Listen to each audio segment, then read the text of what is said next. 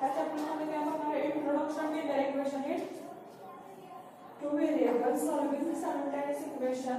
Simultaneous equation what problem based on simultaneous equation. आता इथे काय दिलेलं आहे solve the examples. Solve the equation. कुठले equation दिलेत बघा. First is m plus 3 is equals to 5. m ची व्हॅल्यू कशी वापरतो? m is equals to 5 therefore we get m is equals to 2. 3y plus 8 is equals to 22. आता इथं y ला coefficient आहे. सेकंड एक्झाम्पल मध्ये काय आहे? 3y plus 8 is equals to 22. आता इथे काय करणार? आपल्याला y ची व्हॅल्यू फाइंड करायची आहे. तर ते 22 मायनस 8 होणार ना. मग y इज आता इथं नेक्स्ट स्टेप काय का subtraction 22 minus 8 y is equals to 14 upon 3. हे काय केलं तर एक्झाम्पल सॉल्व करून त्यांचे व्हेरिएबल यूज केलेले आहेत. त्याच्यामध्ये व्हेरिएबल आहे m, त्याच्यामध्ये आहे y व्हेरिएबल.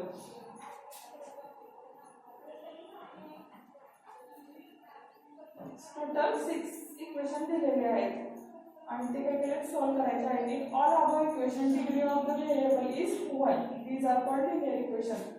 पण तुम्हाला आता म्हणजे 6 एक्झाम्पल दिलेले आहेत. तिथे तुम्हाला रेस टू 3, 4 किंवा डिग्री त्याची एकपेक्षा जास्त दिसले का? इथं 1 असते पण आपण तिथं 1 काय ऍड करत नाही. पण इथं काय असतं 1.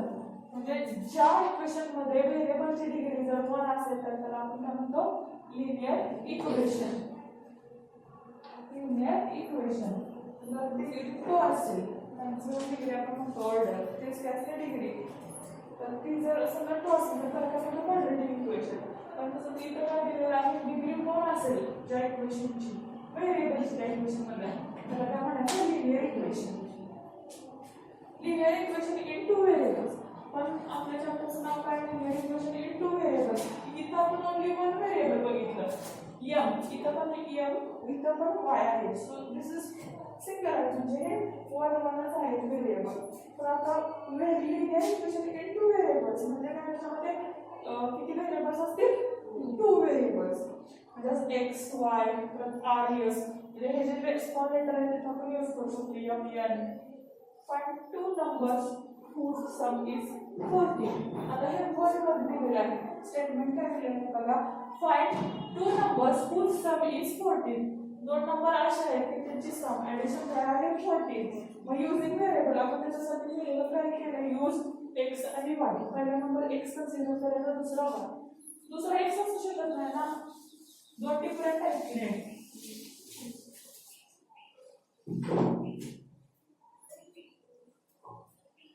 x plus y is equals to 14. x plus y is equals to 14. This is an equation in 2 variables. आता इथं आले का 2 variables? First variable, second variable. Here 2 variables. This is आपण linear equation in 2 variables. दोन्हीची पण degree काय आहे? 1 आहे का? असं काय आहे का? x plus y square किंवा क्यूब नाही. म्हणून आपण त्याला म्हणतो linear equation in 2 variables. We can find any values of x and y satisfying the condition.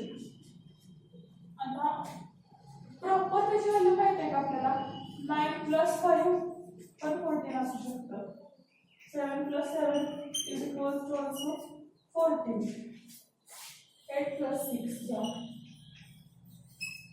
x and y ची प्रॉपर व्हॅल्यू आहे. कन्फर्म आपल्याला माहित आहे का? नाही. किंवा 6x असू शकतं, y 8 असू शकतं.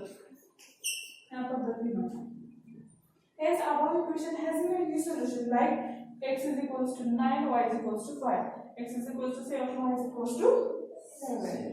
असं हे असू शकतो. त्यामुळे काय म्हणू शकतो? hence above equation has many solution. त्याला काय असतं? many solution. Conventionally, the solution x is equals to 9, y is equals to 5 is written as an ordered pair 9 5 तरी 9 is value of x. आता ऑर्डर पेअर मध्ये हे जे आहे 9 5 right केला आपण. 9 is the value of x and 5 is the value of y. To satisfy the equation x plus y is equals to 14, we can get infinite ordered pairs like 9 5 7 7 8 6 4 10 10 4. म्हणजे असं किती आपण इन्फायनाइट फाइंड करू शकतो याचे solution. Minus sign पण म्हणजे negative numbers पण त्याच्यामध्ये ऍड आहेत बघा. आता 15 मायनस 1 तिथं आपण 16 मायनस 2 पण घेऊ शकतो ना. परत मग 17 मायनस 3 असं पुढे पुढे वाढत जाणार solution etcetera. All these are the solution of x plus y is equals to 14. त्या इक्वेशनचे नेहमी सोल्युशन आहे असं सांगितलं. म्हणजे एक्चुअल फाइंड करत ऑर्डर पेअर आपण फाइंड करू शकतो infinite. Consider second example. Find two numbers such that their difference is 2. The difference 2 आहे. x and y is variable. The difference by subtraction. X minus y is equals to 2. X minus y is equals to 2. For the values of x and y, we can get following equations. 10 minus 2 घेऊ शकतो. इथं एक आहे का? 10 minus 8 minus 3. 9 minus 7 8 minus 6 minus 3 minus 3.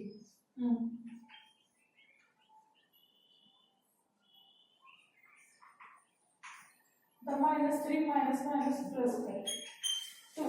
असे कितीतरी solution आपण find करू शकतो. आता 20 जर घेतलं 20 मधून किती मायनस आहे मायनस 20 मायनस 18 2.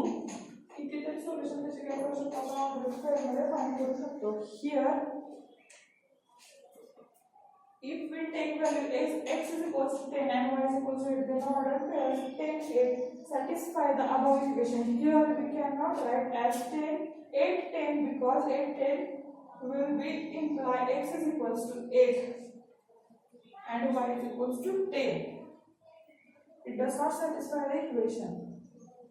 आता आपण इथं x is equals to 10 y is equals to 8 प्लसच्या equation मध्ये आपण काय करू शकत होतो 8 प्लस 6 असं घेऊ शकत होतो 6 प्लस 8. ऑर्डर पेअर जर चेंज झाले तर काय होत होतं. पण इथं समजा x is equals to 8 घेतलं y is equals to 10 घेतलं तर इक्वेशन काय होते का नाही 8 minus 10 minus 2 येणार. पण तिथे काय पाहिजे आपल्याला प्लस 2. इक्वेशन मध्ये x minus y काय आलं पाहिजे प्लस 2. म्हणून त्यांनी सांगितलंय y is equals to 10 and it does not satisfy the equation. X minus y is equals to 2. Therefore, note that the ordered number in pair indicating solution is very important. Ordered number तो क्या है महत्वाचा आहे तुमची order पण महत्वाचा आहे. Now let us write the solution of x minus y is equals to 2 in the form of ordered pairs. 7 5. 7 minus 5 2. Next ordered pair है minus 2 minus 4. बघा minus 2 minus 4 plus 4. ये second order pair है.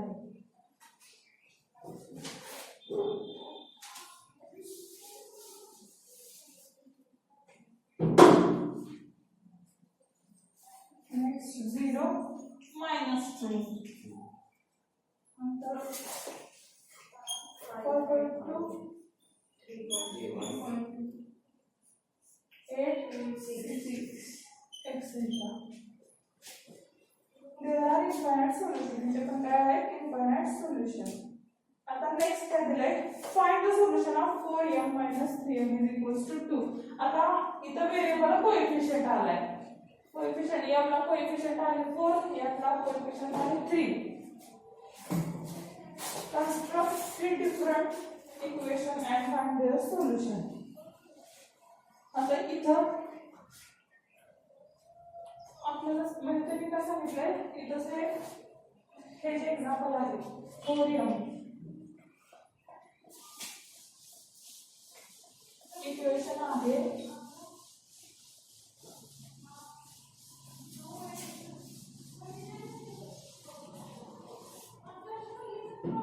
Four M minus काय आहे 3n. त्याच्यामध्ये कोणत्या value put केल्या तर आपल्याला 2 मिळेल.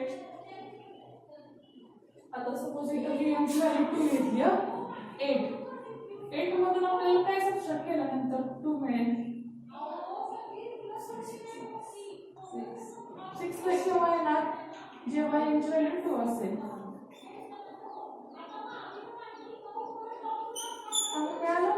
त्यासाठी ऑर्डर केला काय होणार 2 2 m n बरोबर का. m ची व्हॅल्यू जेव्हा आपण पुट करेल 2 m ची व्हॅल्यू पण 2 जेव्हा पुट करेल तेव्हा आपल्याला इक्वेशन इथे सॅटिस्फाय होते. सपोज आता मी 3 घेतली व्हॅल्यू इथं m ची व्हॅल्यू घेतली 3 मायनस 12 झालं ना. 12 मधून काय मायनस केल्यानंतर तो येणार आहे 10. कोणता नंबर आहे असं मल्टिप्लाय केल्यानंतर 10 येणार आहे कोणताच नंबर नाही. मल्टिप्लाय आहे का त्याला लिहिला त्यामुळे नाही. मग हे काय झालं सोल्युशन 2 2. आता construct 3 different equation and find their solution. Now observe the first two equation. Solution of first equation, solution of second equation. त्याने ऑर्डर पेअर दिलेलं बघायचे आपण.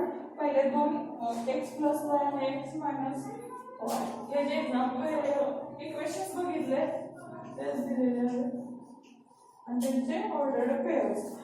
आणि काय म्हटले 8 6 is the only common solution of both equation. This solution satisfy both equation. Hence it is the unique common solution of both the equation. त्याच्यामध्ये order pair जेव्हा आपण फाइंड केला तेव्हा एक अशा ऑर्डर पेअर आहे हे पण इक्वेशन सॅटिस्फाय करते आणि हे पण ते म्हणजे 8 आणि 6. मग 8 आणि 6 ला आपण काय म्हणतो इथं hence it is the unique common solution of both the equation.